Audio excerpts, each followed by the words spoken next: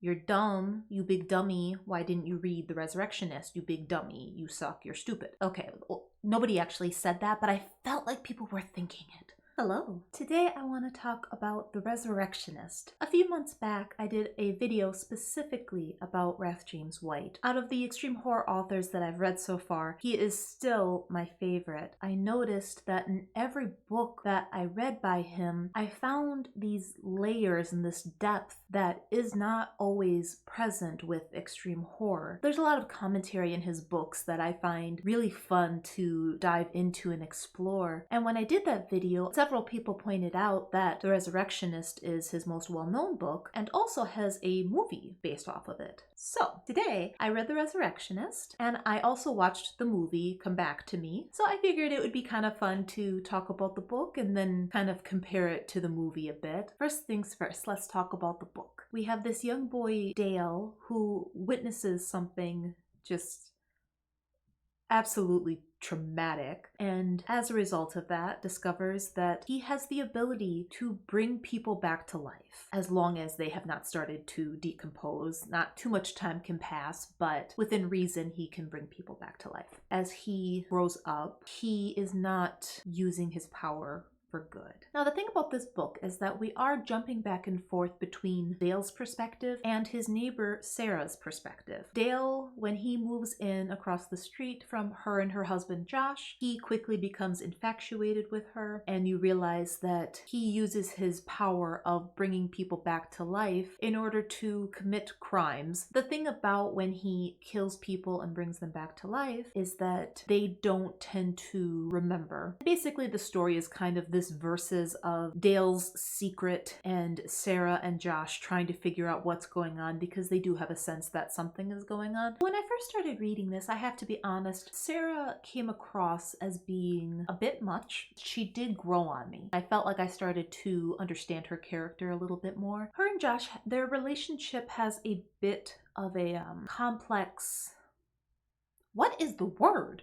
But it's not even on the tip of my tongue. It's just barely on the tip of my brain, and my brain is so smooth that it's just falling right off. This isn't the sort of book where it's normal for some people to have these abilities or something like that. Dale and people in his life when he's young refer to this ability as a gift from God. That gets a little bit complicated when he's using his power for selfish, evil, bad, terrible purposes. God says, "Thou shalt not kill." And so he justifies all the things that he does. He comes across very much as being a psychopath and just sort of skips over all the terrible things that he does to people because they don't really remember and because he brings them back. You would associate that sort of ability with a saint or something like that. Here's the thing. The maturity level of this boy turned man, by legal definition alone, is technically a man, believes that God gave him this gift to even things out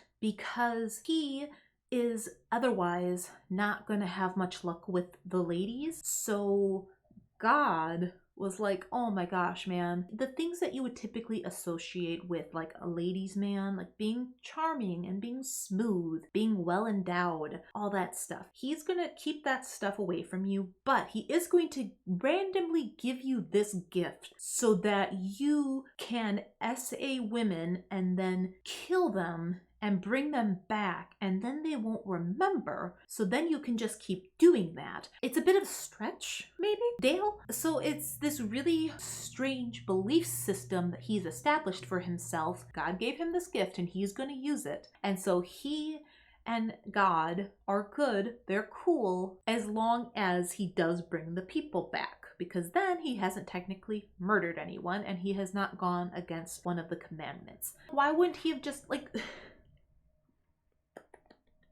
If the goal, if the intention was to help him with the ladies, would it not have been a more direct approach to just give him one of those qualities? It just seems like kind of walking around the block to get next door. That's all I'm saying. It's something that he truly believes. Like, he says repeatedly in the book that he needs to bring them back. Otherwise he's committing a sin. I found it rather sad, reading about Dale in the beginning, you see him kind of exploring with this power, this ability. That typical psychopathic behavior of hurting animals, they show him doing that but bringing them back. He's just playing with this power, and you can see this development of being just completely enamored with his own power and clinging to that control, his ability to be in control of things and being stronger and better, because outside of this ability, he feels very weak.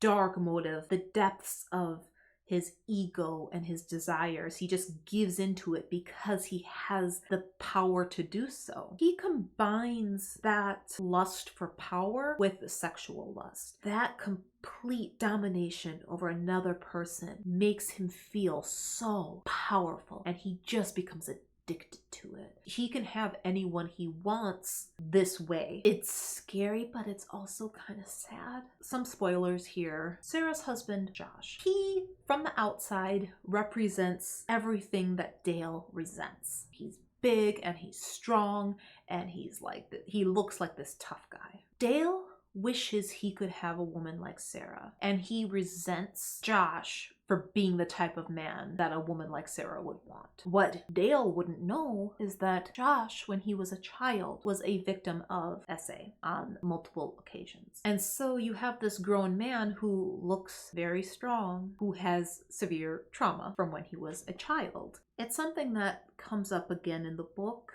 You're obviously touching on the idea of you don't know what other people are going through. Everything's a competition of whose life is harder, and people can be very presumptuous about things. The thing that we're getting into with this topic here, I'd like to preface this and say, when you talk about male victims of SA in general, it's not to say that it's worse than when it happens to women. It's not a competition between who has it the worst. But I don't think there's anything wrong with acknowledging that it can affect us differently. I think for a lot of men, whether on their own volition or, societal pressures, whatever, take on that role as the protector of their household. So for something like that to happen to them, to be the victim in that way, it's not just an attack on their physical person. My thought reading the book was that it felt like an attack on who he is, on his worth as a man. As I was kind of working through my thoughts on that, and the author's own words kind of vindicated the thoughts I was having, because Josh says, this isn't verbatim, but something along the lines of, I can't protect you, I can't even protect myself.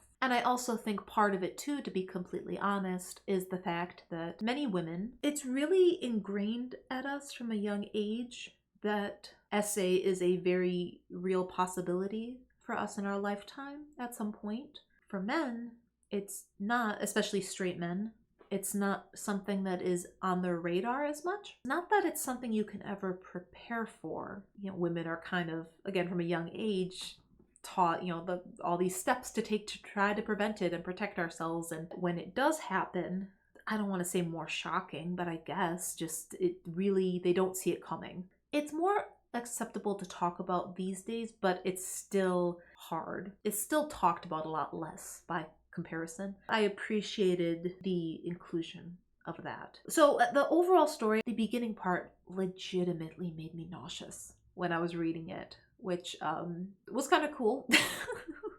It's not exactly a twist, but I enjoyed the unexpected element towards the end. I can understand why they looked at this story and thought it would make a really good movie. So going from that into the movie that I watched, Come Back to Me is from 2014. There are some pretty dramatic changes. The one in particular that I am the most upset about is the fact that they completely gut Josh's character. All the background that I just told you about, it is completely removed. He plays a much smaller role. Sarah has a friend who kind of picks up some of that slack in the movie, who she didn't exist in the book that I recall. Wrath James White was willing to go there. The movie people were not, it would seem. Perhaps they thought it would convolute the horror elements of the story. I don't know. I just thought that was a very valuable contribution to the book, and I was disappointed that they gutted his character so completely for the movie. They really tamed Sarah down quite a bit too. Her character arc in the book is she has control issues. She tries very, very hard to always be strong and in control of her emotions. She is also hypersexual. It was like sometimes she was coming on too strong, especially with his background, and it was almost a little bit uncomfortable as the reader. But yeah, they really toned that down quite a lot in the movie. Not sure if that was just to make her more likable. But again, you're kind of gutting her personality a bit and kind of just making these people very kind of hollow. You often see with movies that they do need to cut certain elements just because they want to keep the story moving. So you don't want to necessarily slow down for things that don't seem like they matter, but at the same time, it's like horror to me is more effective if I don't want bad things to happen to the characters. If the people are just sort of hollow, then you don't really feel bad when bad things happen to them. You're getting an idea of who they are and the balance of the relationship and how they interact together, the strengths and weaknesses within the relationship. It felt like that aspect of the book, the marriage itself, was kind of taken away. Also, something that I thought was rather confusing in the book, it is shown very clearly that Dale is addicted to the power of everything that he does, his whole ritual that he does. In the book, he is clearly shown to love the whole process, and he clearly connects the violence with sex. He is very much combining those things and loves every second of it.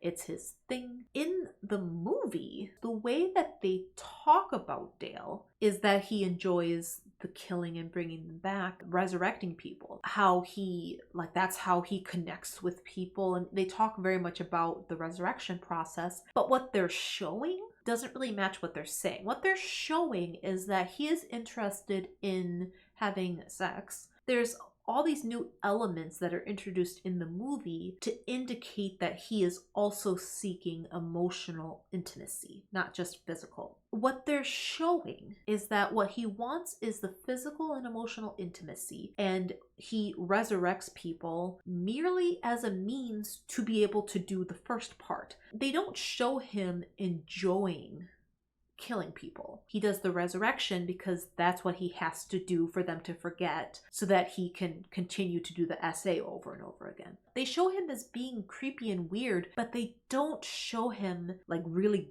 getting off on the violence. They do try to show him experimenting with killing animals. In the movie, extremely poorly done, unfortunately. There is a scene with a rabbit. I don't know if this was meant to be a practical effect, but it just looks like he's holding a stuffed animal. There is no resistance, not convincing, not believable looking at all, not effective. There is another scene with a dog, which I do not know this for sure. I cannot say with any certainty, but what it looks like is like they had the dog lay down and then put some fake blood or gore or whatever on its side and then called it, and it like got up. For the movie, they just put it in reverse. So it looks like the dog is falling over dead. The thing to me, if you can't show it in a way that's believable because of budget issues or whatever, understandable. Don't show it then. I feel like it would be more effective than showing something that's not believable and just kind of like looks weird. Show the animal so we understand what goes on here. Pan away and then just let us hear the noises. Let me hear the struggle. With animal death scenes, I feel like the thing that gets you is like the noise. The howls and the whimpers and the struggle. Those noises, really, the lack of them, you notice it. It makes it completely lose impact when there's no auditory indications that the animal is suffering, which I don't particularly enjoy animal suffering, but like if you're gonna do it, you know what I'm saying. If you're gonna do it, do it. What they did it was goofy. The one thing I will say that I did like about the movie is that they did keep the ending rather dark. So I do appreciate that. You could actually argue the movie ending is darker than the book ending. I imagine that it must be so exciting writing a book and then hearing that someone wants to make a movie about your book. That must be so exciting. And I'm sure, you know, this movie is not highly rated on Rotten Tomatoes and all of that. Ideally, of course, you'd rather it was a huge success and all of that. But regardless, that's still, it's so cool to have a movie made off of your book. That's such an accomplishment. The movie was just okay. I think the premise of the book is very strong. Come Back to Me does a good job being a standard horror movie. It does not do a great job showcasing this story. It kind of stripped away the things that I think this author shines at. It's a little disappointing, but it's not surprising. It was still fun to watch, and like I said, the ending, if you don't go in with any expectations, it's a pretty standard horror movie. Oh, one last thing that I do want to mention is that I did notice that there were quite a few spelling errors in the book, and there's one point where they have the wrong name. Yeah, I think they mean to have the husband Josh's name, but instead they have Dale's name. It's not like a huge deal, but it's enough that I feel the need to mention it. Needless to say, still my favorite extreme horror author, but not one of my favorite new horror movies. No. If you're still here, thank you so much for watching. I really do appreciate it. And maybe I'll see you the next time around. Bye. If you're not familiar. Oh, also, look at this shirt. Look at this shirt. Has nothing to do with anything. I just want you to see it. Okay, see the top there? Hell yeah. Hell yeah.